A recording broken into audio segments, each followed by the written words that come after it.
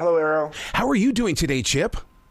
Good. That's better. Okay, great. I'm great. Thank you. I'll tell you what, man, you are spot on when it comes to this book, Learning to Love Midlife, because I feared it as a younger child, but now that I'm 61, dude, I am so in love with life. But how do we teach this forward?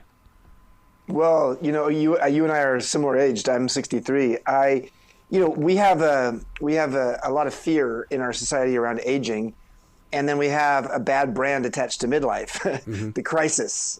And I think what we really need to understand is that you can be aging and growing at the same time. We love old growth forests, but how about old growth humans? And the reason I wrote this book was partly because I had a personal journey where I had the worst of times in my late 40s and the best of my times in my 50s. Yes. And then I created the world's first midlife wisdom school, MEA, and I've spent time over the last 6 years with 4,000 alumni from 47 countries. And what I've seen is that there's some common themes of what's happening in midlife. And I really wanted this book to be an opportunity to pass it on to a much larger market than just the people who come to our wisdom school, MEA. One of my big focuses over the past 10 years is to physically sit down with aging men who I feel they're becoming grumpy old men. And I've studied so much on grumpy old man syndrome that it's like, okay, let's talk. And I think sometimes it's the art of listening that makes us wiser. That is so true. Jimi Hendrix famously said, "Knowledge speaks and wisdom listens." And the owl in the forest is the wisest animal in the forest, and partly because of the fact it has the greatest sense of hearing. So yeah, listening is important and essential. And I do believe that when I was at Airbnb as an old guy, I was twice the age of the average employee there when I joined 11 years ago to be the in-house mentor to the founders. They said I was a modern elder. And they said, Chip, a modern elder is someone who's as curious as they are wise and listens more than they speak. And I just okay, sign me up for that.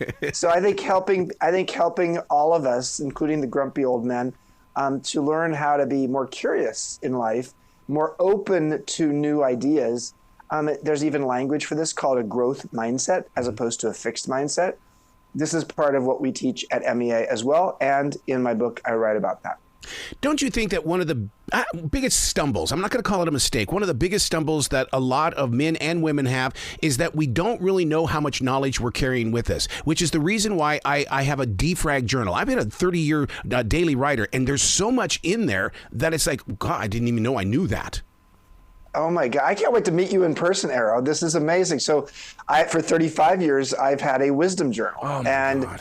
I don't do it every day, but every weekend I actually spend about 20 to 30 minutes coming to conclusions on what my key lessons of the week were. Yes. Like, what did I learn personally or professionally? And then how will it serve me moving forward? Because you're right, we do have a lot of knowledge inside of us, but to actually turn knowledge into wisdom, there's a metabolization process where you can actually sort of make sense of what you've learned. And especially, I believe that our past life lessons are the raw material for our future wisdom. And yet we don't really have a lot of processes in midlife to help people to make sense of that. That's part of why I wrote the book, Learning to Love Midlife. Part of the reason I started MEA, the Modern Elder Academy, the world's first midlife wisdom school, was to help people mine their wisdom. I'll tell you, I'm such a quack when it comes to reading your book because, and the name of the book is Learning to Love Midlife, is that I sat there in the pages going, I would love to see this guy get involved with these ocular goggles, and this way we go to class right there with him, and we get to see him, and we can physically do things. I'm not doing that yet. We do have at MEA online courses, online workshops, retreats, where you can meet me online, etc. But we haven't gotten to the point where we're doing artificial intelligence or artificial virtual reality. So that's in the future.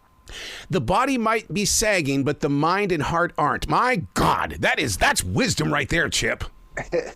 Well, just when we get comfortable in our own skin, it starts to sag. So I'm a big fan of the idea that our body is a rental vehicle that we were issued at birth, and we're supposed to take care and maintain this rental vehicle. But at some point along the way, it's more important what it feels like on the inside of the rental vehicle than what it looks like on the outside. And one of the 12 reasons why life gets better with age, which is the subtitle of the book, is about being relieved that your body no longer defines you. Right. And what I mean by that is really like, it doesn't mean you give up on your body, but you focus on your body not for the long-term health benefits, not the short-term vanity. And for you and me in our early 60s, we've gotten to a place where, yes, we need to make sure we're maintaining the vehicle, but the idea that it's going to look as good as it did 40 years ago is sort of silly. Right. Now, it doesn't mean that there aren't people who are spectacular running marathons in their 90s or doing, yoga, putting their leg behind their head in their 80s. I love that. But as I write about in the book, a six-pack gets more expensive as you age. And what I mean by that is nothing about Budweiser or Heineken. It just means basically keeping a six-pack of abs takes more time and energy.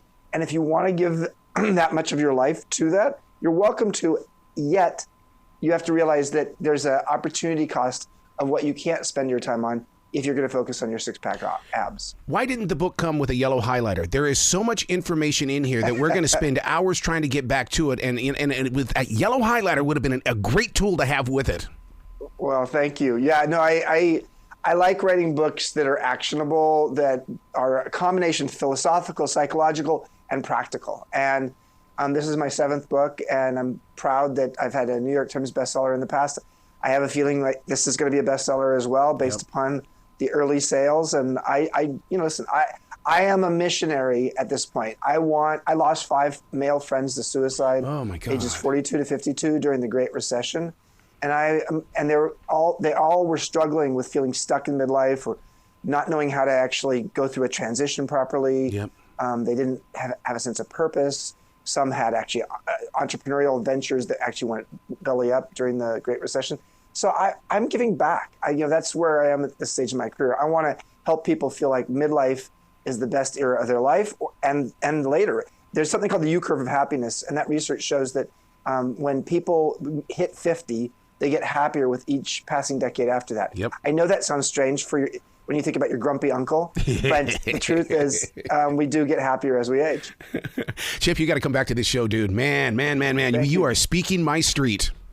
Thank you, Era. I really appreciate it. You be brilliant today, okay? Okay, thank you.